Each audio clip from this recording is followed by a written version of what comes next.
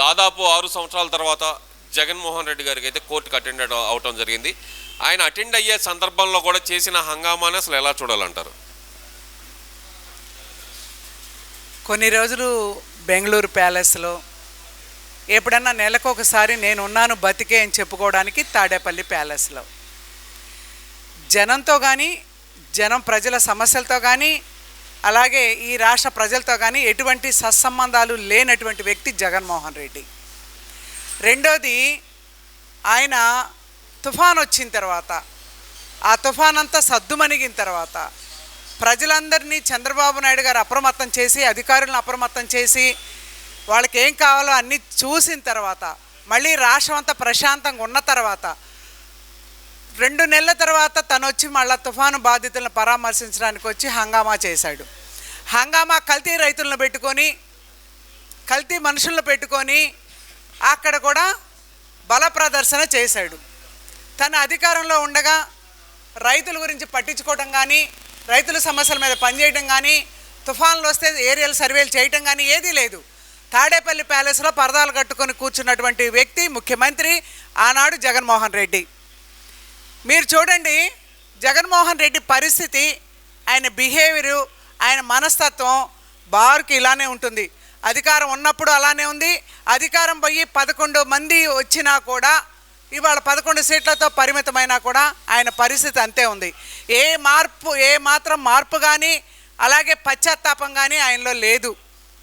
మొన్న తను పార్టీ కార్యకర్తల్ని ఓదార్పు యాత్ర పేరుతో సత్తెనపల్లి వచ్చి, ఆ సత్తెనపల్లిలో కూడా ఆయన కారు కింద చనిపోయి, ఒక వృద్ధుడు పడిపోయి చనిపోయి, ఆ తర్వాత 2-3 ఆ తోపులాట్లో చనిపోయి, రప్ప అని ప్లకార్డులు పట్టుకొని అప్పుడు అంతే చేశాడు. రాష్ట్రానికి మేలు చేయకపోగా ఆయన వల్ల ఈ రాష్ట్రానికి, రాష్ట్ర ప్రజలకి నష్టం జరుగుతుందనేది అందరూ అనుకున్నటువంటి పరిస్థితి. అదే పరిస్థితుల్లో 6 సంవత్సరాల తర్వాత బయటకు వచ్చి కోర్టుకు హాజరయ్యాడు.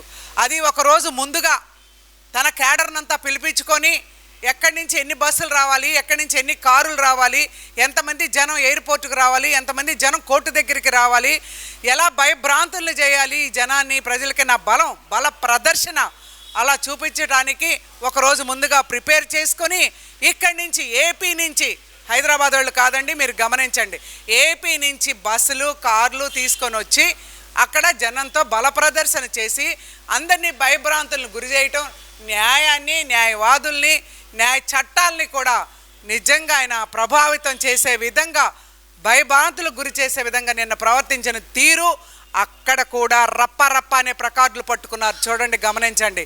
ఆ ప్లకార్డులు పట్టుకొని ఎవరిని బెదిరించాలి, ఎవరిని భయభ్రాంతులకు గురి చేయాలి, నా బలం ఇదని ఈ రాష్ట్రాన్ని చూపించడానికా, లేకపోతే నాతో పెట్టుకుంటే ఇంకోటి ఏదైనా ఉంటుందా, ఇలా కోర్టుకు ప్రతిసారి నేను హాజరవ్వాలంటే ఇలానే ఈ రచ్చ ఉంటుంది కనుక నేను హాజరవ్వకుండా ఉండడానికి, ఎగనామం పెట్టడానికి ఇది ప్లానా?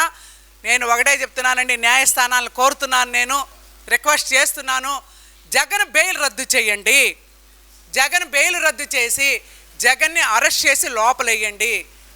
నిజానిజాలు నిర్ధారణ తేలే వరకు న్యాయాల్ని, న్యాయస్థానాల్ని, న్యాయవాదుల్ని భయభ్రాంతులకు గురి చేయకుండా ఉండాలి అంటే, జగన్ పిచ్చి వైఖరి మానుకోవాలంటే జగన్ బెయిల్ రద్దు చేసి తక్షణమే జగన్ని అరెస్ట్ చేసి లోపలేయాలని కోరుతా ఉన్నాం. ఇంత అకస్మాత్తుగా జగన్మోహన్ రెడ్డి కోర్టు ముందర హాజరవడానికి గల ప్రధాన కారణం ఏమనుకోవచ్చు అంటారు? నిన్న వైవి సుబ్బారెడ్డి తిరుపతిలో కల్తీ నెయ్యి కేసులో విచారణ జరుగుతూ ఉంది.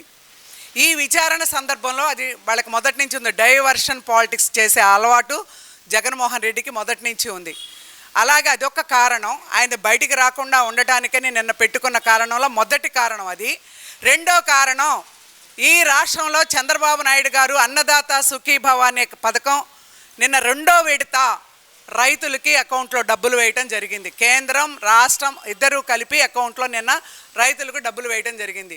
ఇది రాష్ట్ర ప్రజలందరూ కూడా గతంలో నువ్వు చేసిన మోసాలన్నీ బేరీజ్ వేసుకొని, ఏమైతే సూపర్ 6 పథకాలన్నీ కూడా చంద్రబాబు నాయుడు గారు అమలు చేస్తున్నాడో, ఇచ్చిన హామీలన్నీ అమలవుతా ఉన్నాయో, నువ్వు పెట్టిన కొంపు, నువ్వు పెట్టిన అప్పులు అన్నీ కూడా భరించుకొని వాళ్ళ చంద్రబాబు నాయుడు గారు సూపర్ 6 పథకాలన్నీ అమలు చేస్తున్నటువంటి పరిస్థితి.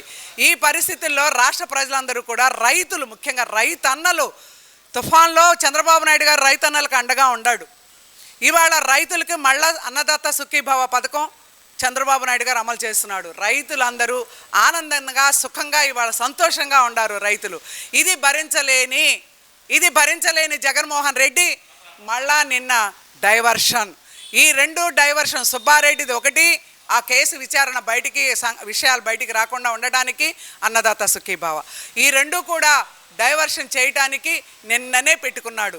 ఎందుకంటే ఇన్ని రోజులు కూర్చున్నాడు హాయిగా 6 సంవత్సరాలు ఎప్పుడు కూడా మెట్లెక్కని జగన్మోహన్ రెడ్డి ఇవాళ మెట్లెక్కాడు అంటే కారణం ఇది. జగన్మోహన్ రెడ్డి తెలివి తక్కువతనం ఆలోచనలో నువ్వు ఎన్ని అడ్డం పెట్టినా, సూర్యకాంతిని అరిచేతిని అడ్డం పెట్టి నువ్వు ఆపలేవన్నట్టు నువ్వు ఎన్ని అడ్డం పెట్టినా, ఎన్ని డైవర్షన్ పాలిటిక్స్ చేసినా, చంద్రబాబు నాయుడు గారు చేసే అభివృద్ధిని కానీ ఆయనకున్న రాష్ట్రంలో మంచి పేరును కానీ నువ్వు చెరిపేయలేవు. ఇవాళ కూటమి ప్రభుత్వం ఇచ్చిన హామీలన్నీ నెరవేరుస్తూ ఈ రాష్ట్ర ప్రజలకి నిజంగా మహిళలకు కానివ్వండి, రైతులకు కానివ్వండి, యువతకి మన డిఎస్సి నోటిఫికేషన్ విడుదల చేసి 16,000 ఉద్యోగాలు ఇచ్చిన ఘనత ఏకైక ప్రభుత్వం చంద్రబాబు నాయుడు గారు కూటమి ప్రభుత్వం. ఇన్ని పథకాలు అమలు చేస్తున్నటువంటి చరిత్ర ఏ పార్టీకి లేదు ఈ రాష్ట్రంలో. ఇది ఒక్క చంద్రబాబు నాయుడు గారికి కూటమి ప్రభుత్వానికే చెల్లుతుంది. మీరు అన్నదాత సుఖీభవన్ని డైవర్ట్ చేయడానికి, లేదంటే కనుక ఈ వైవి సుబ్బారెడ్డి గారి విచారణ డైవర్ట్ చేయడానికి అని మీరు అంటున్నారు. అసలు అన్నదాత సుఖీభవ అనేది 10,000 కోట్లకి రైతులను ముంచాడు చంద్రబాబు నాయుడు గారు ఒక సంవత్సరం వెయ్యకుండా. అదే నేనున్నట్టయితే కనుక ఈ పాటికి 2వ విడత కూడా అయిపోయేది. రైతులను మోసం చేశాడు చంద్రబాబు నాయుడు అంటూ మరి వాళ్ళే స్టేట్మెంట్ ఇస్తున్నారు కదా మరి వైసీపీ నాయకులు. మీ మొహాలు మండ. మీరు పెన్షన్ 250 రూపాయలు, 250 రూపాయలు, 250 రూపాయలు, 250 రూపాయలు, మీరు 4 ఏళ్ళు పట్టింది 1000 రూపాయలు పెన్షన్ పెంచుతానని. నీ మొహం పాడుగాను నీకు పెంచడానికి చేతగాని తనానికి నిదర్శనం అదే. 4 ఏళ్ళు పట్టింది మీకు. మీరు ఇచ్చిన హామీలు ఏదీ అమలు జరపలేదు. నువ్వు రైతులకి తుఫాన్లు వస్తే ఏనాడన్నా మీరు చరిత్ర తిరగండి, మీడియాలోనో దేనిలోనైనా, ఏనాడైనా జగన్మోహన్ రెడ్డి బయటకు వచ్చి రైతులకి పరామర్శ చేసి కానీ, రైతులకు నష్టపరిహారం ఇచ్చి కానీ ఎరగడు. చంద్రబాబు నాయుడు గారు వచ్చి ఇప్పటికి మనం 2 సంవత్సరాలు, ఇది 2వ విడత వేయటం. మీరు తప్పుడు లెక్కలు, తప్పుడు ఆలోచనలతోనూ, తప్పుడు మాటలతోనూ ఎవరిని ప్రభావితం చేస్తారు మీరు? ఇక్కడ ఈ రాష్ట్ర ప్రజలు ఎవరు పిచ్చోళ్ళు లేరు. తెలివి తక్కువ ప్రజలు అసలే కాదు, తెలివి తక్కువ రైతులు అసలే కాదు. మీరు చెప్పినవి నమ్మడానికి ఇది 2వ సంవత్సరం పార్టీ అధికారంలోకి వచ్చి ఇప్పటికి 2వ విడత అన్నదాత సుఖీభావ అకౌంట్లో వేయడం జరిగింది. అలాగే పెన్షన్ పెంచుతామన్నారు.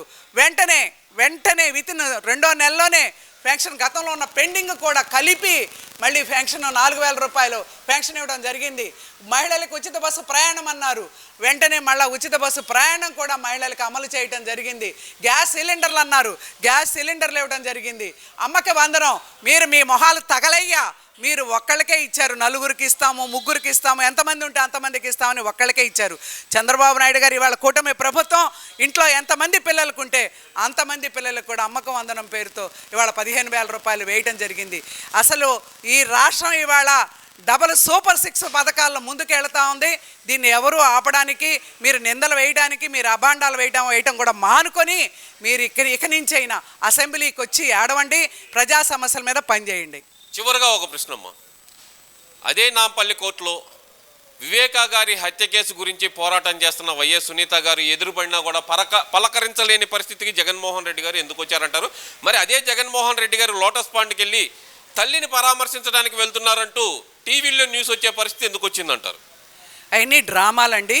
తల్లిని రోడ్డు మీద పార్టీ అధ్యక్షురాలుగా పక్కన పెట్టాడు, తీసేశాడు. తల్లి మీద కోర్టులో కేసులు వేశాడు, సొంత చెల్లి మీద వేసాడు కేసులు. వాళ్ళిద్దరిని బయటికి పంపాడు, రోడ్డుకి ఇచ్చాడు. అవసరానికి తల్లిని చెల్లిని ఇద్దరిని వాడుకున్నాడు. అలాగే సునీత బాబాయ్ కూతురు, వివేకానంద రెడ్డి కూతురు, ఆయన ఇవాళ నాకు న్యాయం చేయండి, ఈ ప్రభుత్వంలో ఆ ప్రభుత్వంలో న్యాయం జరగలేదు, ఈ కేసులో అవినాష్ రెడ్డి, జగన్మోహన్ రెడ్డి వీళ్ళంతా కీలకమైన సూత్రధారులు, పాత్రధారులు, బయటికి తీయండి అని తిరుగుతూ ఉంది. ఈ టైంలో ఆయన మొహం, అసలు జగన్ రెడ్డి మొహం సునీతకి ఎలా చూపిస్తాడు? అసలు పలకరించడానికి ఏదన్నా కానీ ఆయనకి మనాతన ఉండదు, తల్లి ఉండదు, చెల్లి ఉండదు, చెల్లెళ్ళు ఉండరు, ఎవరు ఉండరండి.